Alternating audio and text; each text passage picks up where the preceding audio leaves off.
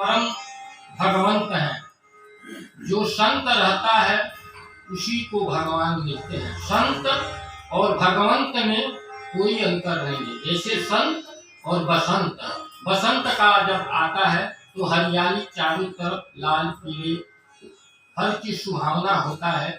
उसी तरह से संत और भगवंत में कोई अंतर नहीं है।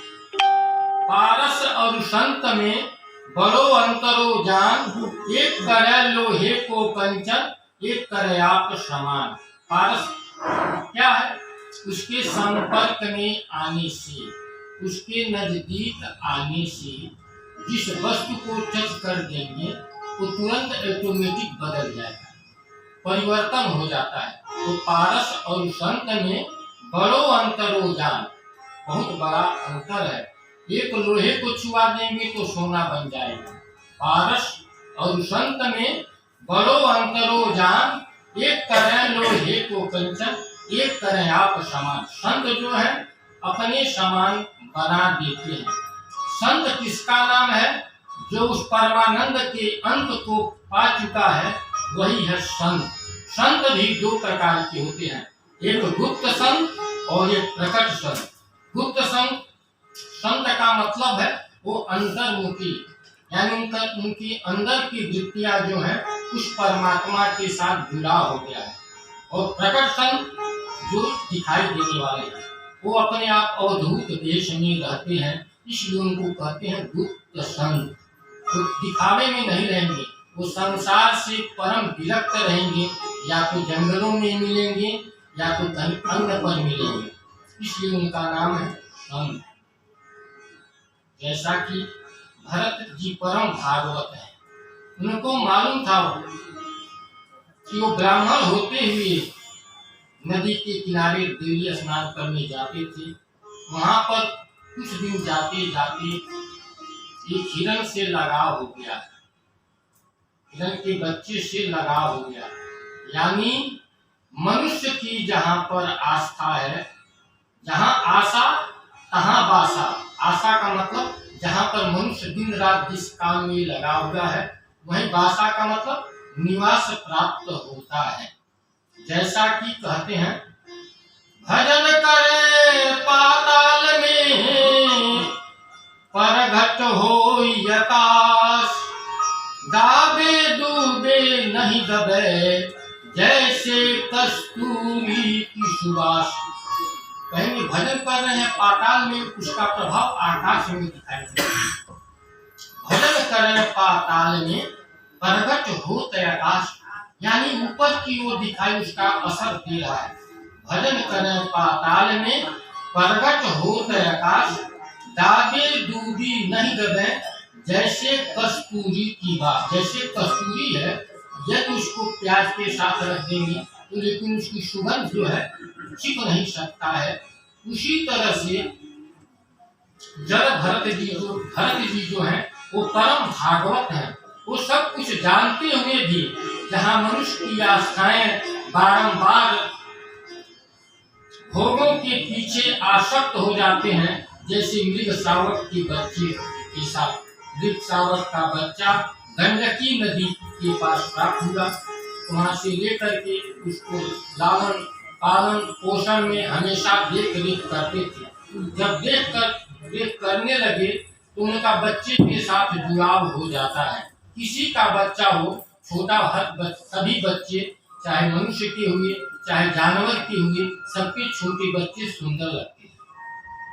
सुंदर लगने का मतलब वो बालक बर्रय एक समान है। बालक और बर्रय दोनों एक ही समान है। 5 वर्ष तक के बच्चे को भगवान भी माफ कर देते हैं। तो भरत जी परम भागवत है, इसलिए उनका नाम है भरत। जो ज्ञान में निरंतर लगा हुआ हो, जो जीव ज्ञान में निरंतर लगा हुआ हो, वही भरत है। नदी क्या है? जैसा कि कहते हैं, मनमा, यह जो मन है,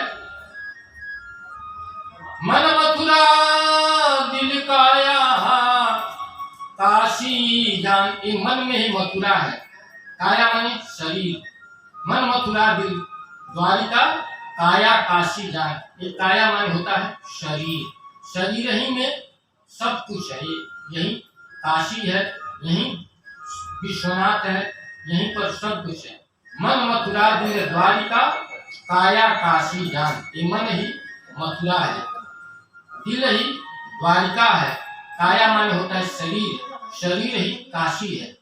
जैसा कि कहते हैं ना गोकुल, गो माने होता है इंद्रियां, उसके स्वामी, इंद्रियों के स्वामी को ही गोकुल कहते हैं। जैसा कि कहा भी गया है, मन मथुरा दिल द्वारिका काया काशी जान। ये काया माने शरीर ही काशी है। तो जब जब भक्त को ज्ञान प्राप्त हुआ तो मृग शावक के साथ लगा हो गया, तो उससे उनको दूसरी जोन में जाना पड़ा।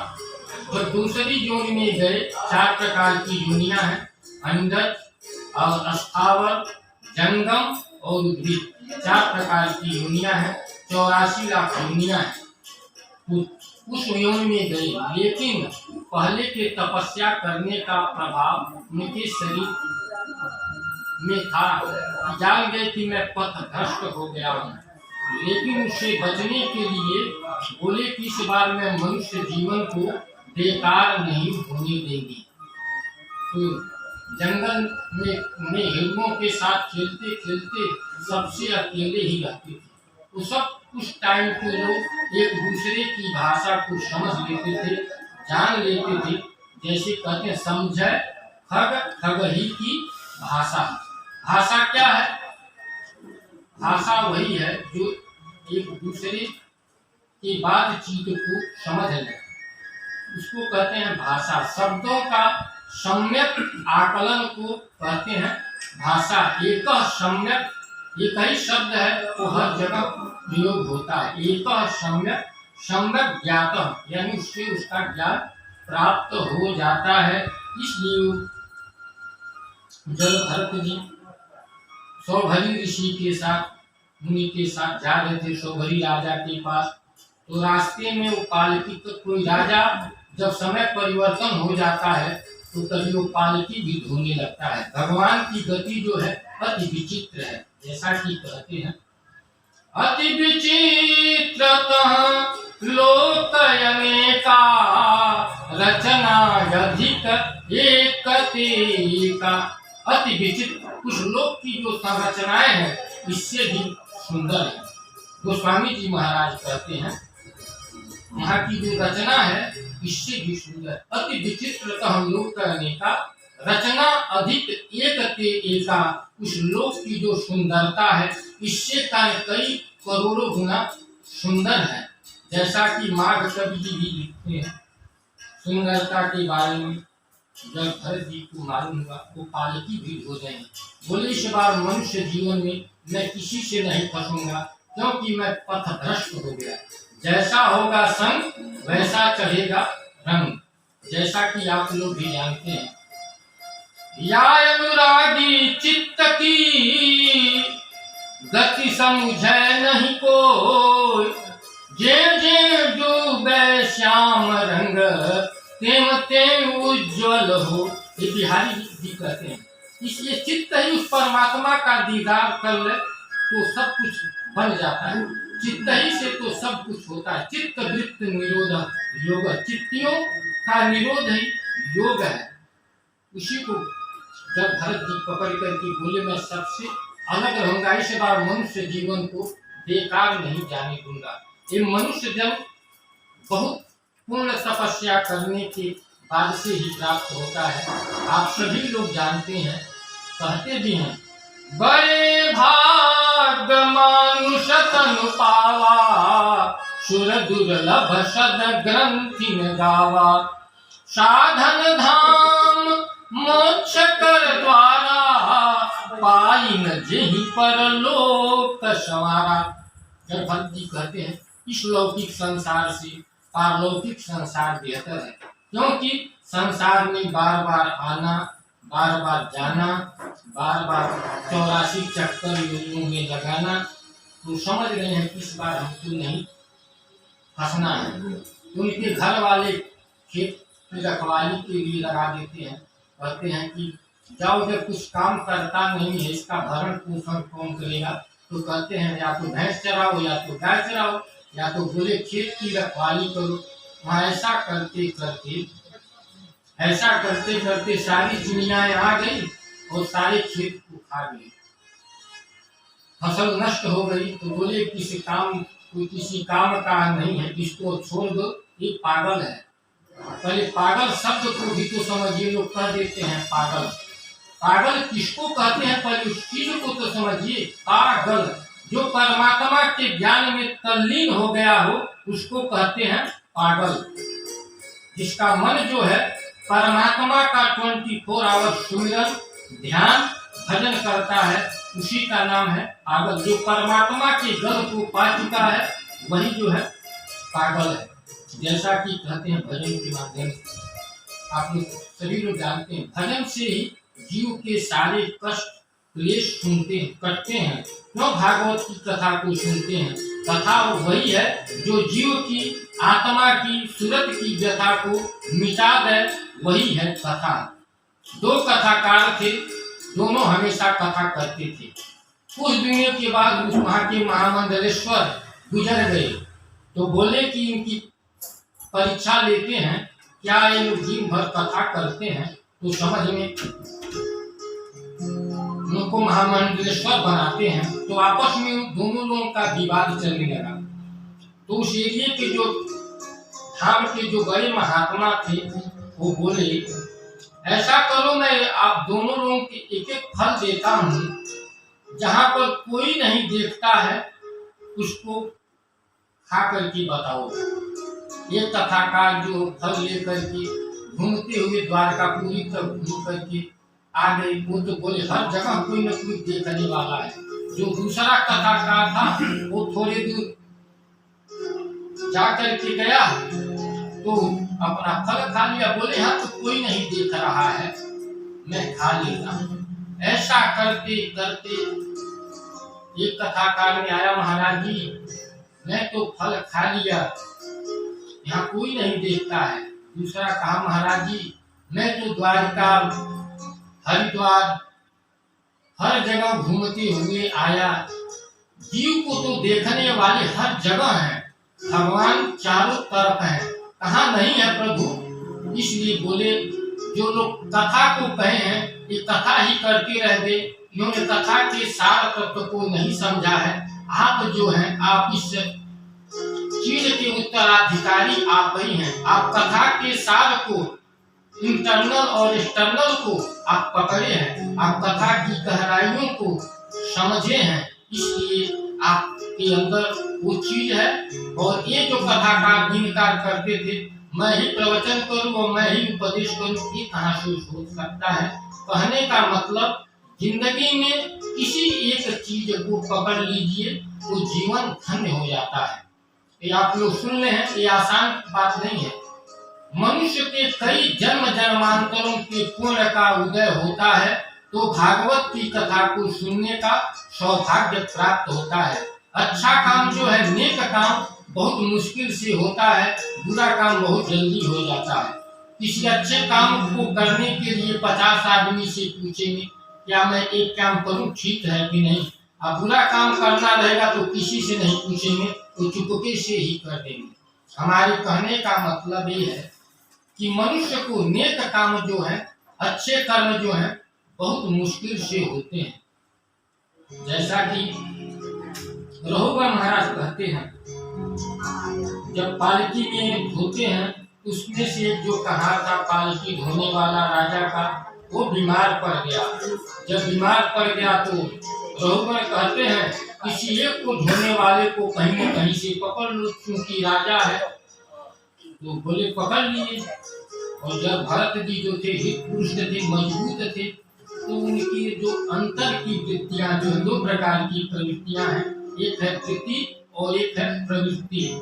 जैसे कि एक श्रेय मार्ग और एक प्रेय मार्ग। श्रेय मार्ग का मतलब होता है, मार्ग का मतलब होता है रास्ता। श्रेय मार्ग होता है आध्यात्मिक रास्ता, भगवान की तरफ जाने वाला रास्ता को कहते हैं उसको कहते हैं श्रेय मार्ग, जिसको कहते हैं आध्यात्मिक विद्या। अप्रेय मार्ग माने सांसारिक विद्या, इंजीनियरिंग, प्रोफेसर, रीडर, वीसी, इसको कहते हैं वाइस चांसलर। ये हो गया आध्यात्मिक विद्या। ये जो है भौतिक विद्या हो गया, और जो ईश्वर की विद्या है उसको कहते हैं आध्यात्मिक विद्या। तो समझ गए, श्रेय का मतलब होता है भगवान का पूजन अर्चन वंदन करना, श्रेय भक्ति है। और भौतिकी चीजों का मनन चिंतन करना प्रिय भक्ति, प्रिय मार्ग है, प्रिय मार्ग का रास्ता है। यानी जीवन की दो धाराएं हैं, ईश्वरीय विद्या और भौतिक विद्या। ये भागवत की कथा जो है भक्त और भगवान से जोड़ने की विद्या है, जोड़ने की कला है। जो जल भरत जी जब पालकी ढोते थे तो कोई चींटी सामने पड़ जाता था तो उछल जाते थे। आजकल के लोग भी चारपाई पर खटमल बुजुर्ग लोग हैं, देख रहे हैं तो उसको नहीं दबाते हैं, क्योंकि ये जीव जो है उद्भिद से आया है, इसको बचाना चाहिए। तो जल भरत जी जब कूद जाते हैं तो राजा को पालकी के ठोकर से सिर में चोट लगता है। तो बोलते हैं कैसे पालकी वाहन को लेकर आए हैं। बोले राजा ये तो बहुत हृष्ट पुष्ट है, लेकिन ये कभी कभी ये उछल जाता है, पता नहीं क्या बात है। तो राजा कहते हैं तुम पालकी को ठीक से धो, नहीं तो तुम्हारी चिकित्सा कर दूंगा, यानी इलाज कर दूंगा। तो वहां पर कहते हैं भरत जी, राजन कोई किसी का इलाज नहीं करता, ये आत्मा उस परमात्मा ने दिया है, आपकी इलाज करने से नहीं होगा। आप राजा हैं लेकिन आपकी अंतर की प्रवृत्ति जगी नहीं है। तो अपने यहाँ कहा भी गया है ना, प्रथमे नार्जिता विद्या द्वितीये नार्जितं धनम तृतीये नार्जितं पुण्यम चतुर्थे किम करिष्यसि। प्रथमे नार्जिता विद्या, 1 से 25 तक की अवस्था में मनुष्य को पढ़ाई लिखाई वगैरह कर लेना चाहिए। विद्या का समय जो है 1 से 25 तक का है, उसी में बालक या बालिका बन जाते हैं। यानी बन जाने का मतलब अपने कार्य में, पढ़ाई लिखाई में, बिजनेस व्यापार में 1 से 25 तक का समय वो विद्या अध्ययन का है। प्रथमे नार्जिता विद्या द्वितीय नार्जितम धनम, 25 से 50 तक की अवस्था में कुछ धन कमा लेना चाहिए। प्रथमे नार्जिता विद्या द्वितीय नार्जितम धनम तृतीय नार्जितम पुण्यम चतुर्थे किम करिष्यसि। यानी 1 से 25 तक की अवस्था में ज्ञानार्जन कर लेना चाहिए, 25 से 50 तक की अवस्था में धनोपार्जन कमा लेना चाहिए। धनोपार्जन का मतलब कुछ धन कमा लेना चाहिए। और 25 से 75 तक की अवस्था में कुछ तीर्थाटन कर लेना चाहिए, जैसे मथुरा, वृंदावन, द्वारिका, हरिद्वार, गंगा जी, प्रयागराज जैसे तीर्थों का में कर लेना चाहिए। चतुर्थे किम करिष्यति, यानी चौथापन आ जाएगा तो मनुष्य क्या करेगा। इसलिए जो भी चीज करना है, मनुष्य का शरीर ठीक ठाक है तो उस चीज को युवा अवस्था में ही कर लेना चाहिए। तो राजा रघुगण बार बार पालकी ढोते ढोते वो सब सचेत है, उनको पूर्व काल का समय सब मालूम है, वो फंसना नहीं चाहते हैं।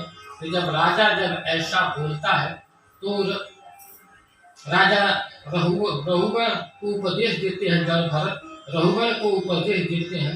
वो बहुत मार्मिक उपदेश है, जैसा कि कहा गया, रघुगण तत तपसा नयाति न चे जया निरवपराध गृहावदा न च छन्दसा नैव जलाग्निसूर्यै बिना महत्पाद रजोभिषेक। बिना महत्पाद रजोभिषेक, ऊंचाई को पाने के लिए मनुष्य को महापुरुषों के शरण में जाना चाहिए। रघुगण तत् तपसा नयाति, हे राजा रघुगण कोई चीज ज्यादा तपस्या से भी नहीं मिलता है। रघुगण तत् तपसा नयाति, न तो बहुत समाधियों को लगाने से ही मिलता है। बिना महत्पाद बगैर महापुरुषों के चरण सेवा के बगैर कोई चीज नहीं मिलता है। जैसा कि आप लोग जानते भी हैं, पर लिखा भी गया है, अभिवादनशीलस्य नित्य बुद्ध्योपसेविन चत्वारि तस्य वर्धन्ते आयुर्विद्या यशोबलम। इसी 4 चीजों को पकड़ लीजिए तो जीवन धन्य हो जाएगा। 4 क्या है? वाणी 4 प्रकार की है। पहली वाणी तो एक ही है, 4 प्रकार की कैसे हो गई? वाणी के स्वर सुधार लो तो हो गया भजन, आदत बुरी सुधार लो तो हो गया भजन। वाणी के स्वर ही तो सब कुछ है। तो रघुवर कहते हैं, बिना महापुरुषों का संग किए हुए मनुष्य जो है ऊंचाई को नहीं प्राप्त करता है। और बिना महत्पाद उनके चरण रज की धूलि को स्वीकार करना चाहिए। जैसे कहा भी गया है, मातु पिता गुरु प्रभु की बानी, बिनहि विचार करिय शुभ जानी। माता पिता और गुरु की वाणी को शुभ मानना चाहिए। वो बालक या घर परिवार के लिए भलाई के लिए ही कहते हैं। ये नहीं मानते हैं कोई तो उसको परेशानी होती है। इसलिए माता गुरु, माता पिता गुरु प्रभु यानी भगवान की जो वाणी है, जो शास्त्रों में लिखा गया है, उसको मानना चाहिए। तो बिना महत्पाद रजोभिषेक, बगैर महापुरुषों के सानिध्य में उनके चरणों की धूल लेने से ही मनुष्य ऊंचाइयों को प्राप्त होता है। जैसा कि श्री रामचरितमानस में भी कहा गया है, गौतम नारी श्रापवश उपलधेह धरि धीर, चरण कमल रज चाहती कृपा करहु रघुवीर। ये भागवत की कथा मनुष्य को दिव्य ज्ञान प्रदान करती है।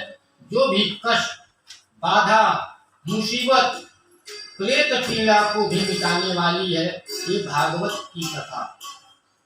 भागवती वार्ता सुना राम की दुर्लभा। ये भागवत की कथा जो है देवताओं को भी दुर्लभ है। जैसा कि कहा भी गया है, तव कथामृतम तप्त जीवनम कविभिरीडितम कल्मषापहं श्रवण मंगलम श्रीमदातम भुवि विरंति ते भूरिदा जना। ये भगवान की कथा जो है, जब ईश्वर की असीम कृपा मनुष्य के ऊपर कई जन्म जन्मांतर के पूर्ण संग्रह होते हैं, तब जीव को भागवत की कथा को सुनने का सौभाग्य प्राप्त होता है। तो बिना महत्पाद रजोभिषेक, महापुरुषों के चरणों में विनीत भाव से, विनम्र भाव से, जो विनयी होता है उसी को कामनाएं क्षेत्र में सफलताएं मिलती हैं।